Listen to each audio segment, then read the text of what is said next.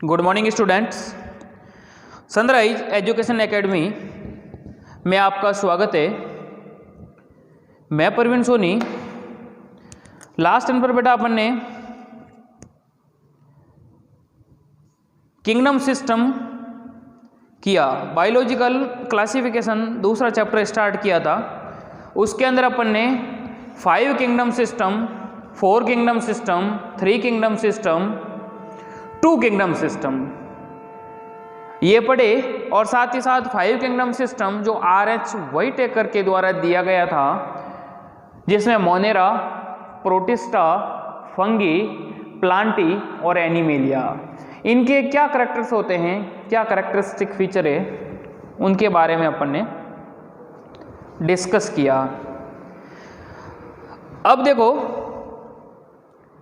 उसी को कंटिन्यू करते हैं आज।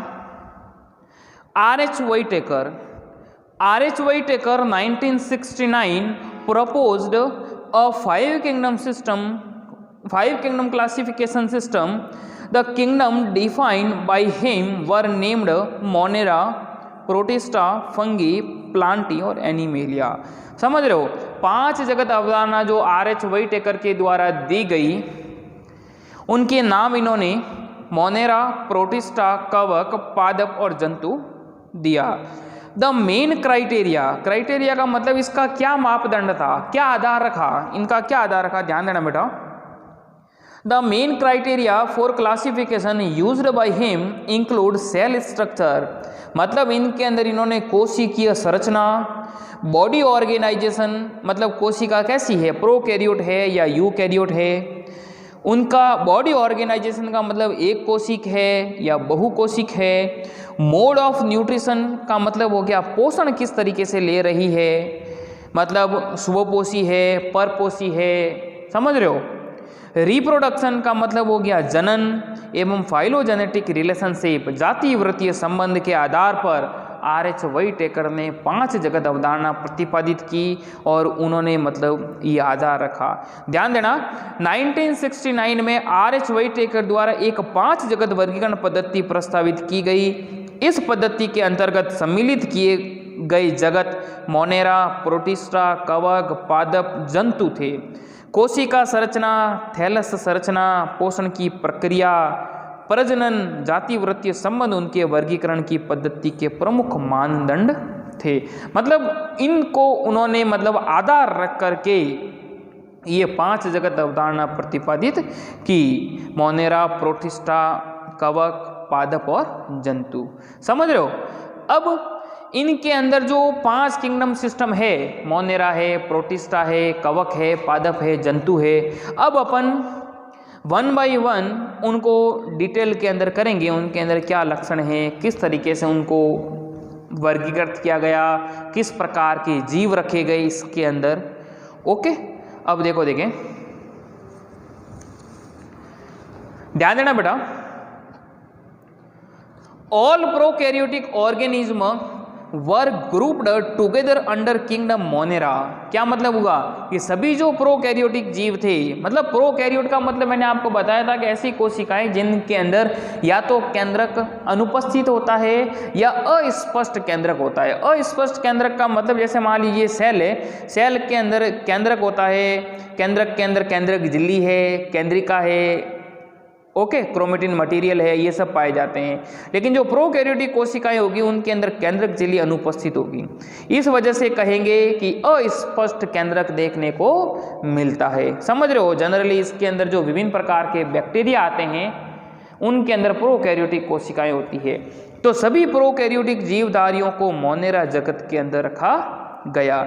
अब किंगडम मोनेरा, ध्यान देना बेटा, जगत मोनेरा फर्स्ट बात कर रहे हैं, इनके अंदर किस प्रकार के लक्षण होते हैं, क्या कैरेक्टरिस्टिक फीचर है। वैसे इसके अंदर अपन ने आगे पढ़ा है कि किंगडम मोनेरा के अंदर सबसे पहले मैंने बताया था कि प्रोकैरियोटिक जीवों को रखा गया। साथ ही साथ कैसे, जो एक कोशिक होते हैं उनको, इनमें केंद्रक झिल्ली अनुपस्थित होती है, समझ रहे हो। और इनके अंदर जो प्रजनन की विधि थी वो थी संयुग्मन।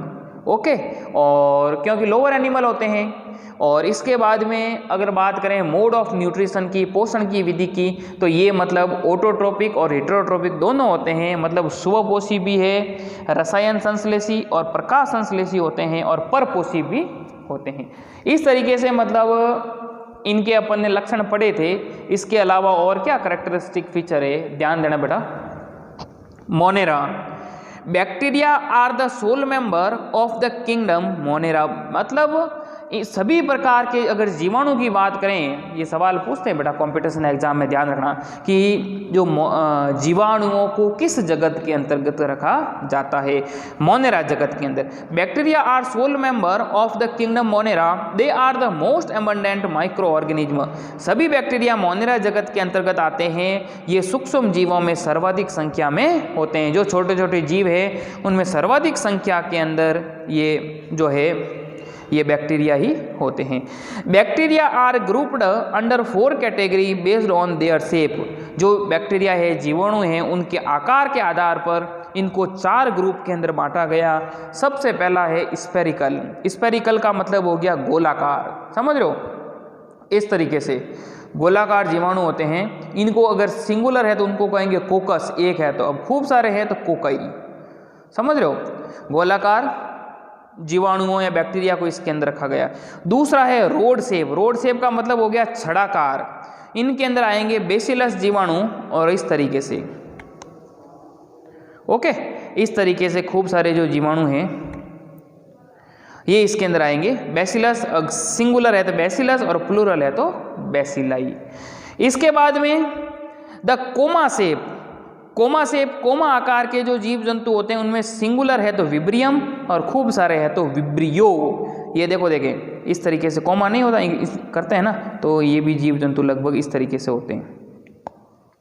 ये कोमा शेप। विब्रियम एक होता है तो खूब होते हैं तो विब्रियो। इसके बाद में स्पाइरल या सर्पिल। सर्पिल के अंदर जो एग्जाम्पल है वो है स्पाइरिलम, और अगर प्लूरल है तो स्पाइरिला। इस तरीके से बेटा ये ध्यान रखना, इनको आकार के आधार पर जीवों को 4 वर्गों के अंदर बांटा गया। Spherical, rod shape, comma shape और स्पाइरिकल। इसको हिंदी में देख लें बोली। बैक्टीरिया को उनके आकार के आधार पर 4 समूहों में गोलाकार जैसे कोकस, छड़ाकार, बेसिलस, कोमाकार, विब्रियम, सर्पिलाकार, स्पाइरिलम। और अगर बहुवचन है तो जैसे कोकाई है, कोकस का कोकाई हो जाएगा, बेसिलस का बेसिलाई हो जाएगा, विब्रियम का विब्रियो हो जाएगा और स्पाइरिलम का स्पाइरिला। ओके, अब ध्यान देना। अब मोनेरा किंगडम को ही फर्दर क्लासिफाई किया गया। उनके अंदर कौन कौन से बैक्टीरिया आते हैं देखो, देखें। मोनेरा किंगडम, हाँ ध्यान दो बेटा। सबसे पहला है इनके अंदर आर्की बैक्टीरिया या आद्य बैक्टीरिया। आर्की बैक्टीरिया या आद्य बैक्टीरिया के अंदर माना जाता है कि सबसे पहले पृथ्वी पर आने वाले जो जीवाणु हैं वो यही है, क्योंकि ये ऐसे वातावरण में के अंदर रह सकते हैं जहाँ नॉर्मल जीव नहीं पनप सकते। मतलब 100 डिग्री सेल्सियस का अगर टेम्परेचर है लवणीय क्षेत्र के अंदर, समझ रहे हो, यहाँ जहाँ जहरीली गैसें हैं, पॉइजनस गैसें हैं, वहाँ पर मतलब ये डेवलप कर जाते हैं, सरवाइव कर जाते हैं। आर्की बैक्टीरिया या जिसको हिंदी में कहेंगे आद्य बैक्टीरिया या प्रिमिटिव बैक्टीरिया, जो कहने का मतलब सबसे पहले पृथ्वी पर आने वाले जीव भी माने जाते हैं, तो living in some of the most harsh habitat such as extreme salty area. क्या मतलब हो गया, मतलब ऐसा वातावरण जो लवणीय क्षेत्र है, मतलब उस वातावरण के अंदर ये ग्रो करते हैं, जिसे कहेंगे एलोफिल्स। हॉट स्प्रिंग, मतलब जहाँ गर्म झरने होते हैं, जिसको कहते हैं थर्मो एसिडोफिल्स। मार्सी एरिया, जहाँ दलदली क्षेत्र है, मिथेनोजन जिसे कहते हैं, ये जो जीवाणु जो है मतलब उस वातावरण के अंदर पाए जाते हैं। डिफरेंट सेल वॉल स्ट्रक्चर, इनकी जो कोशिका भित्ति की संरचना जो है वो भी मतलब अलग होती है, अलग प्रकार की देखने को। तो देखो बेटा, आर्की बैक्टीरिया अपन ने कोशिका भित्ति की संरचना एक दूसरे से भिन्न होती है, सर्वाइवल इन एक्सट्रीम कंडीशन। और ये जो जीव जंतु होते हैं वो एक्सट्रीम कंडीशन का मतलब हो गया प्रतिकूल अवस्था या प्रतिकूल परिस्थितियों में भी क्या होते हैं, जीवित रहते हैं, जहाँ दूसरे जीव जंतु नहीं पनप सकते। Methanogen are present in the gut. Gut का मतलब होता है आहार नाल या alimentary canal, alimentary alimentary canal. तो कहने का मतलब जो present in the gut of several ruminant animals such as cow and buffaloes, कहने का मतलब गाय है, भैंस है, उनकी आहार नाल के अंदर मतलब इस प्रकार के जीव जंतु पाए जाते हैं जो मतलब क्या करते हैं, ये जो मीथेन गैस जो होती है ना, बायोगैस, जो जिसको ईंधन के रूप में काम में लेते हैं, तो ये मिथेनोजन बैक्टीरिया मतलब जो होते हैं इनको मतलब रूमिनेंट भी कहते हैं। Methanogen are present in the gut of several ruminant animal, मतलब जो रूमिनेंट एनिमल होते हैं, रूमिनेंट का मतलब ये होता है कि ये जो जीव जंतु क्या करते हैं कि सबसे पहले जैसे घास वगैरह जो खाते हैं ना, गाय है, बफेलो वगैरह, भैंस वगैरह है, तो भोजन ग्रहण कर लेते हैं। फिर उनका जो भोजन है मतलब रूमिनेंट एक जगह होती है उनके आहार नाल के अंदर, स्टमक के अंदर, तो वहाँ भोजन वो स्टोर हो जाता है। फिर जब भोजन नहीं होता तो रूमिनेंट से भोजन वापस उनकी माउथ वाले पार्ट के अंदर आता है, ठीक है, और उनको फिर अच्छे से चबाते हैं, फिर उनको निगलते हैं। तो कहने का मतलब ये है कि methanogen are present in the gut of several ruminant animals such as cow, buffalo, they are responsible for production of methane CH4 gas from dung of these animal. कहने का मतलब ये विशिष्ट प्रकार के बैक्टीरिया होते हैं। ये बैक्टीरिया अत्यंत कठिन वास स्थान जैसे अत्यंत लवणीय क्षेत्र जैसे हेलोफिल्स, गर्म झरने, कच्छ क्षेत्र में होते हैं। ये तो इसका हिंदी हो गया। इसके बाद में मिथेनोजन अनेक रूमिनेंट पशु जैसे गाय, भैंस के आंत्र में पाए जाते हैं तथा इनके गोबर से मीथेन गैस का उत्पादन करते हैं। मतलब इनसे जो अपशिष्ट पदार्थ के रूप में गोबर वगैरह जो होता है ना, उससे मतलब मीथेन गैस का प्रोडक्शन भी इनके अंदर मिथेनोजन जीवाणु पाए जाते हैं उनके द्वारा होता है। तो रूमिनेंट जीवाणु के अंदर भी ये पाए जाते हैं। तो ये था आर्की बैक्टीरिया, समझ रहे हो। इसके बाद में है आर्की बैक्टीरिया के बाद में यू बैक्टीरिया। यू बैक्टीरिया या जिनको वास्तविक जीवाणु भी कहते हैं, ये मतलब इनकी तुलना में ये तो जैसे प्रिमिटिव थे, आद्य थे, और ये इससे थोड़े एडवांस है। They are characterise by the presence of rigid cell wall. इनके अंदर इनको कठोर कोशिका भित्ति के द्वारा इनको पहचान सकते हैं। And if motile of flagellum. वास्तविक बैक्टीरिया के पहचान एक कठोर कोशिका भित्ति एवं एक कसाब चल बैक्टीरिया द्वारा की जा सकती है। कहने का मतलब वास्तविक बैक्टीरिया जो है उनकी पहचान उनके चारों ओर कठोर कोशिका भित्ति और साथ ही साथ उन जीवों के अंदर जो थ्रेड लाइक स्ट्रक्चर होता है जिसको कसाब या फ्लैजिलम कहते हैं, उनके द्वारा भी की जा सकती है। ओके, अब इसके अंदर आता है साइनोबैक्टीरिया या जिसको ब्लू ग्रीन एल्गी भी कहते हैं, नीले हरे शैवाल। तो ध्यान देना बेटा, साइनोबैक्टीरिया या नीले हरे शैवाल have chlorophyll a similar to green plant and are photosynthetic autotroph. इसे नील हरित शैवाल भी कहते हैं। इसमें हरित पादपों की तरह क्लोरोफिल ए पाया जाता है और ये प्रकाश संश्लेषी स्वपोषी होते हैं। समझो, आर्की बैक्टीरिया और यू बैक्टीरिया के अंदर साइनोबैक्टीरिया वगैरह जो है, ये जीव जंतु जो वास्तविक जीवाणु होते हैं जो फोटोसिंथेसिस के द्वारा अपना भोजन स्वयं बनाते हैं, इनको मोनेरा किंगडम के अंदर रखा गया। इसके बाद ध्यान देना, हाँ ध्यान दो बेटा, साइनोबैक्टीरिया आर यूनिसेलुलर। ये कैसे होते हैं? एक कोशिक होते हैं। कॉलोनियल का मतलब हो गया ये ग्रुप बना करके रहते हैं। और फिलामेंटस का मतलब तंतुनुमा संरचना के रूप में। Can fix atmospheric nitrogen in specialised cell called heterocyst. ध्यान रखना बेटा, एक विशेष प्रकार की सेल होती है जिसका नाम है हेटेरोसिस्ट। समझ रहे हो? ये कोशिकाएं क्या होती है, दूसरी कोशिकाओं से आकार के अंदर बड़ी होती है और ये जो है वायुमंडलीय जो नाइट्रोजन होती है, एटमॉस्फेरिक नाइट्रोजन का फिक्सेशन करने के लिए, वायुमंडलीय नाइट्रोजन का स्थिरीकरण करने के लिए रेस्पॉन्सिबल होती है। कहने का मतलब वायुमंडलीय जो नाइट्रोजन होती है उसको नाइट्रेट, नाइट्राइट और अमोनिया के अंदर बदल देती है, जिससे कहने का मतलब पेड़ पौधों की प्रॉपर ग्रोथ हो सके। इसके अलावा इनके चारों ओर ये म्यूसिलेजिनस या श्लेष्मी आच्छद पाया जाता है। श्लेष्मी आवरण देखने को मिलता है। और ध्यान रखना बेटा, अ फिलामेंटस ब्लू ग्रीन एल्गी तंतुमय नीले हरे शैवाल, और इनका एग्जाम्पल है नॉस्टॉक। समझ रहे हो? नॉस्टॉक किसका? तंतुमय नीले हरे शैवाल होते हैं जो फिलामेंट के फॉर्म में रहते हैं और साथ ही साथ कॉलोनियल स्टेज के अंदर पाए जाते हैं। और ये मतलब साइनोबैक्टीरिया, ये नॉस्टॉक का एग्जाम्पल है, तंतुमय नीले हरे शैवाल नॉस्टॉक। साइनोबैक्टीरिया एक कोशिक, कॉलोनिया एवं तंतुमय शैवाल होते हैं। साइनोबैक्टीरिया जैसे नॉस्टॉक एनाविना पर्यावरण के नाइट्रोजन को हेटेरोसिस्ट नामक विशिष्ट कोशिकाओं द्वारा स्थिर कर सकते हैं या नाइट्रोजन को तोड़ सकते हैं। समझ रहे हो? क्योंकि डायरेक्ट पेड़ पौधे नाइट्रोजन को नहीं लेते, तो ये जो होते हैं, कहने का मतलब वायुमंडलीय नाइट्रोजन को उनके भागों के अंदर तोड़ने में रेस्पॉन्सिबल होते हैं। इसके बाद में इसमें है कीमोसिंथेटिक बैक्टीरिया। कीमोसिंथेटिक का मतलब हो गया रसायन संश्लेषी बैक्टीरिया, जो मतलब रासायनिक पदार्थों का संश्लेषण करते हैं और उनसे अपना भोजन प्राप्त करते हैं। Oxidise various inorganic substance such as nitrate, nitrite, ammonia and use the release energy for their ATP production. कहने का मतलब ये कीमोसिंथेटिक जो बैक्टीरिया होते हैं, जो विभिन्न प्रकार के इनऑर्गेनिक मटेरियल जो होते हैं उनको ऑक्सीडाइज करते हैं, किसके अंदर? नाइट्रेट, नाइट्राइट्स और अमोनिया के अंदर, और उससे मतलब एनर्जी जो रिलीज होती है एटीपी के रूप में। They play a great role in recycling of nutrients. ये जो जीव जंतु होते हैं नाइट्रोजन, फास्फोरस, आयरन, सल्फर, उनके रिसाइकलिंग के अंदर भी एक इम्पोर्टेंट रोल प्ले करते हैं। तो ध्यान देना बेटा, नाइट्रोजन की रिसाइकलिंग के अंदर ये जो जीव जंतु जो है, कहने का मतलब जैसे नाइट्रोजन का जैसे अमाउंट है एटमॉस्फेयर के अंदर अप्रोक्सीमेट 78% के आसपास।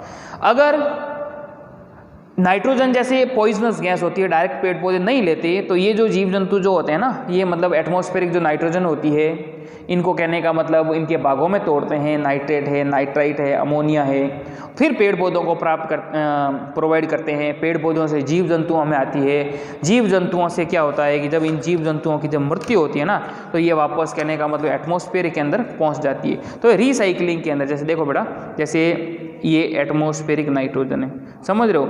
इन एटमॉस्फेरिक नाइट्रोजन का विभिन्न प्रकार के जीवाणुओं के द्वारा इनका फिक्सेशन किया जाता है। और ये भी ध्यान रखना बेटा, ये भी अपने 12th के अंदर चैप्टर है, उसके अंदर आपको नाइट्रोजन साइकिल डिटेल के अंदर करवाएंगे।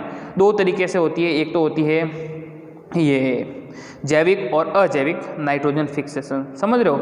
एक तो बायोलॉजिकल और एक होती है नॉन बायोलॉजिकल, तो जिसमें मतलब अलग अलग तरीके के द्वारा है। और अगर जैविक नाइट्रोजन फिक्सेशन जो होता है वो जीवों के द्वारा किया जाता है, समझ रहे हो? और उससे मतलब नाइट्राइट, नाइट्रेट और अमोनिया के अंदर इनको तोड़ा जाता है, समझ रहे हो? और नाइट्राइट, नाइट्रेट और अमोनिया ये जो है पेड़ पौधों के द्वारा ग्रहण की जाती है, ठीक है, प्लांट्स। और प्लांट से किस में पहुंचेगी? एनिमल के अंदर। और इन एनिमल्स या इन जीव जंतुओं की जब मृत्यु होती है, तो ये वापस जो है डीनाइट्रीफाइंग बैक्टीरिया होते हैं, वो इसके अंदर जो नाइट्रेट है, नाइट्राइट है या अमोनिया है, उनको वापस किस में? एटमॉस्फेयर के अंदर छोड़ देते हैं। तो इस तरीके से ये पूरी जो साइकिल हो गई ना, उसी प्रकार फास्फोरस है, आयरन है, सल्फर साइकिल, तो मतलब ये इनके रिसाइकलिंग के अंदर भी हेल्प करते हैं। वापस कहने का मतलब पेड़ पौधों के द्वारा ग्रहण की जाती है, उनको वापस एटमॉस्फेयर के अंदर छोड़ा जाता है। इस प्रकार का जो रिसाइकलिंग देखने को मिलता है, तो ये मतलब जो कीमोसिंथेटिक जो बैक्टीरिया होते हैं, रसायन संश्लेषी बैक्टीरिया होते हैं, उनके द्वारा इस प्रकार की प्रोसेस की जाती है। ओके, इसके बाद में अपन कंटिन्यू करते हैं इसको कीमोसिंथेटिक बैक्टीरिया के बाद में। ध्यान देना बेटा, देखो देखें, हाँ, रसायन संश्लेषी बैक्टीरिया नाइट्रेट, नाइट्राइट, अमोनिया जैसे विभिन्न अकार्बनिक पदार्थों को ऑक्सीकृत कर उनसे मुक्त ऊर्जा का उपयोग एटीपी उत्पादन के लिए करते हैं। एटीपी क्या है? इट इज एनर्जी करेंसी, जिसका पूरा नाम है एडिनोसिन ट्राइफॉस्फेट, समझ रहे हो? एटीपी, एडिनोसिन ट्राइफॉस्फेट, समझ रहे हो? एटीपी के रूप में बॉडी के अंदर जो है एनर्जी स्टोर होती है, एनर्जी करेंसी है। हाँ, ये नाइट्रोजन, फास्फोरस, पी फास्फोरस हो गया, Fe आयरन हो गया, और सल्फर जैसे पोषकों के पुनः चक्रण में महत्वपूर्ण भूमिका निभाते हैं। मतलब इनकी जो रिसाइकलिंग के अंदर ये एक इम्पोर्टेंट रोल प्ले करते हैं।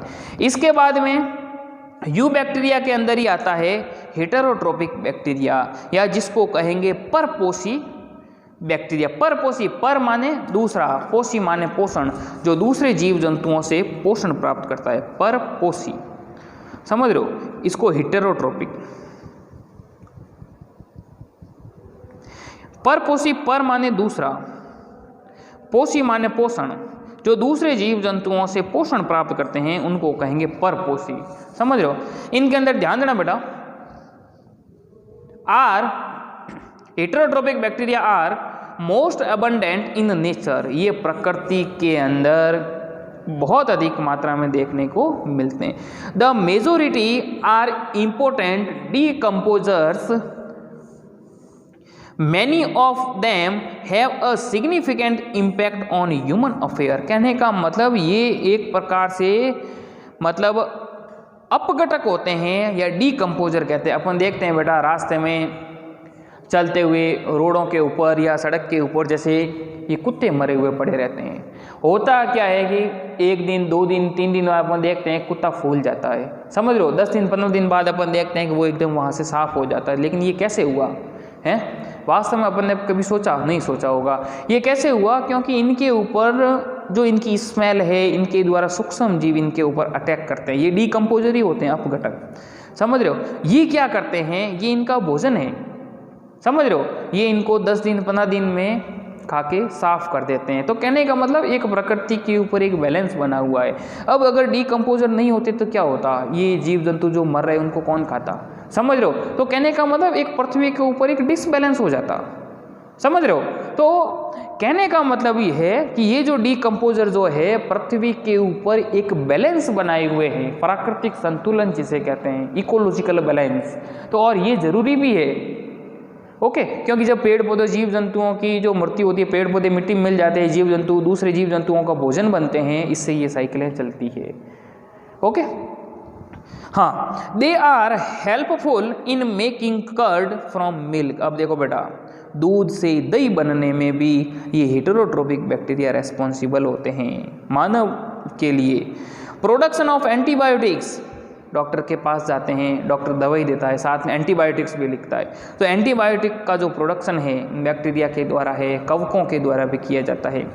फिक्सिंग नाइट्रोजन इन लेग्यूम, जो फलीदार पादप होते हैं उनकी जड़ों के अंदर क्या होते हैं, रूट नोड्यूल पाई जाती है, गांठें पाई जाती है, और इन गांठों के द्वारा ये जो राइजोबियम जीवाणु क्या होते हैं कि वायुमंडलीय नाइट्रोजन का फिक्सेशन करते हैं। इस तरीके से आप देखना कभी मूंगफली या मूंग के पादप, इनकी जड़ों के अंदर इस तरीके से नोड्यूल, रूट नोड्यूल पाई जाती है, गांठें होती है, और इसके अंदर विशेष प्रकार के जीवाणु होते हैं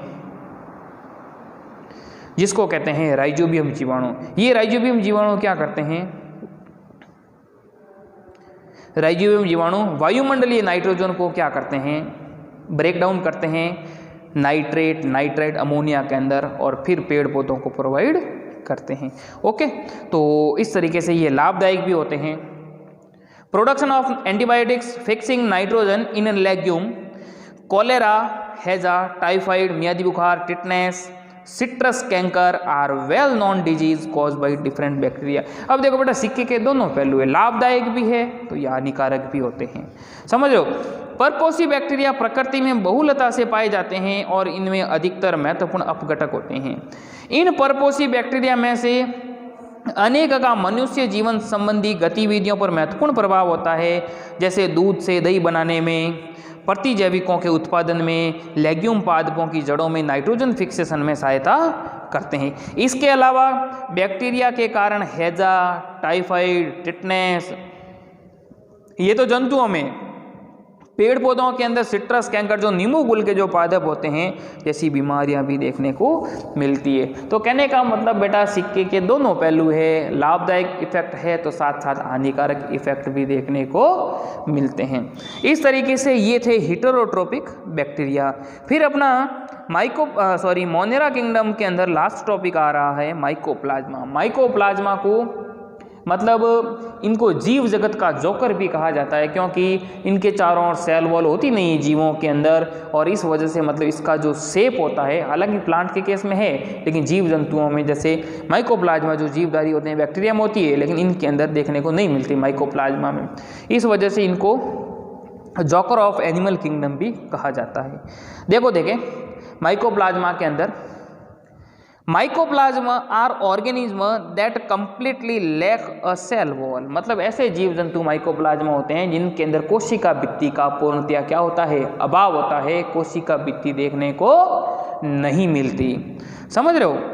इसके बाद दे आर, क्योंकि इसके अंदर जैसे मोनेरा किंगडम के अंदर जो जीव जंतु जो होते हैं ना, जैसे बैक्टीरिया वगैरह है, उनके अंदर कोशिका भित्ति होती है, लेकिन इनके अंदर नहीं पाई जाती। कैप्सूल देखने को मिलता है बैक्टीरिया वगैरह में, लेकिन माइकोप्लाज्मा में कोशिका भित्ति नहीं होती है। They are the smallest living cells known and can survive without oxygen. ये ध्यान रखना बेटा, अगर जीव जंतुओं की बात करें तो सबसे छोटे जो जीव होते हैं वो माइकोप्लाज्मा ही होते हैं, और साथ ही साथ ऑक्सीजन के बिना, कहने का मतलब एनएरोबिक कंडीशन के अंदर भी ये अपने आप को सर्वाइव कर सकते हैं, जीवित रख सकते हैं। Okay. Many mycoplasma are pathogenic, क्या मतलब हुआ, अनेक जो माइकोप्लाज्मा युक्त जो जीवधारी जो होते हैं वो मतलब रोग फैलाने का कार्य करते हैं इन एनिमल एंड प्लांट, मतलब पेड़ पौधों के अंदर, साथ ही साथ जीव जंतुओं में रोग फैलाने का कार्य करते हैं। माइकोप्लाज्मा ऐसे जीवधारी है जिनमें कोशिका भित्ति नहीं पाई जाती।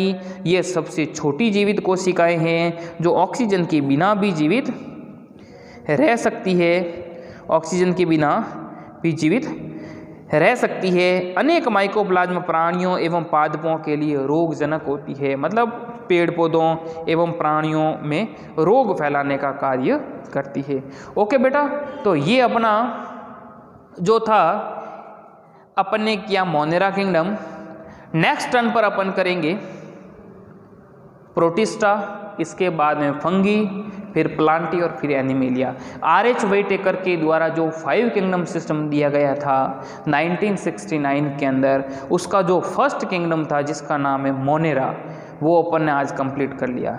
ठीक है, तो इनके अंदर ध्यान रखना बेटा, इनके अंदर सभी प्रकार के जीवाणु, साइनोबैक्टीरिया, माइकोप्लाज्मा, अगर पूछें जैसे एग्जाम्पल ऑफ मोनेरा किंगडम, तो याद रखना कौन कौन है। बैक्टीरिया है जिसमें आर्के बैक्टीरिया और यू बैक्टीरिया आएंगे। इसके बाद में माइकोप्लाज्मा, समझ रहे हो। इसके बाद में आएगा ब्लू ग्रीन एल्गी। ये सब जो है, जिसको ब्लू ग्रीन एल्गी को साइनोबैक्टीरिया भी कहते हैं, तो ये सब जो है इनके अंदर देखने को मिलते हैं माइकोप्लाज्मा। और नेक्स्ट टर्न पे अपन करेंगे protista kingdom. Okay, protista kingdom. और प्रोटिस्टा जैसे कि आपको मैंने बताया है कि प्रोटिस्टा के अंदर यूनिसेलुलर ऑर्गेनिज्म है, लेकिन यूनिसेलुलर और यूकैरियोटिक, समझ रहे हो, एक कोशिक और यूकैरियोटिक जो जीवधारी है वो तो प्रोटिस्टा में रखा गया, और अगर एक कोशिक प्रोकैरियोट की बात करें तो वो रखा गया मोनेरा के अंदर। तो एक कोशिक अगर प्रोकैरियोट की बात आती है ना, तो ध्यान रखना हमेशा मोनेरा किंगडम ही है, और एक कोशिक यूकैरियोटिक है तो वो है प्रोटिस्टा, समझ रहे हो। और इसके बाद में इनके अंदर ध्यान रखना, जो कोशिका भित्ति मैंने बताई थी प्रोटिस्टा में कुछ में उपस्थित होती है। अब यूकैरियोटिक है तो इन जीव जंतुओं में केंद्रक झिल्ली भी उपस्थित होती है। ये यूनिसेलुलर होते हैं, एक कोशिक होते हैं। इनके अंदर पोषण ध्यान रखना, स्वपोषी है और परपोषी। स्वपोषी मतलब प्रकाश संश्लेषण के द्वारा अपना भोजन स्वयं बनाते हैं। इसके अलावा प्रजनन की विधि इनके अंदर युग्मक संलयन और संयुग्मन के द्वारा देखने को मिलती है। ओके, अब इसके अंदर होमवर्क के अंदर कुछ एक क्वेश्चन नोट कर लो, 1-2 क्वेश्चन देखें, ये नोट डाउन कर लो बेटा। प्रोटिस्टा किंगडम अपन नेक्स्ट टर्न पे करेंगे। Explain Archie bacteria and you bacteria. आद्य बैक्टीरिया और यू बैक्टीरिया को स्पष्ट करना है, मतलब जो मैंने आपको करवाया ना, जो आर्की बैक्टीरिया यू बैक्टीरिया है वो आपको नोट डाउन करने, समझ रहे हो। और इसके बाद में right characteristic feature of kingdom Monera. जगत मोनेरा के मुख्य लक्षण लिखिए। जगत मोनेरा के अंदर जो मैंने टेबल के अंदर करवाया था ना, जो पिछला वीडियो था मेरा, उनके अंदर मैंने करवा रखा है, तो उसको आप ये नोट डाउन कर लेना और साथ साथ में पढ़ते भी रहें। फिर भी अगर कोई भी समस्या आ रही है तो आप डाउट क्लास के अंदर आके पूछ सकते हैं, समझ रहे हो। और नहीं तो पिछले वीडियो साथ साथ रिपीट भी करते रहें बेटा। और नेक्स्ट टर्न पे अपन प्रोटिस्टा और फिर फंजाई, इसके बाद में प्लांटी और फिर एनिमेलिया किंगडम करेंगे। Okay, thank you.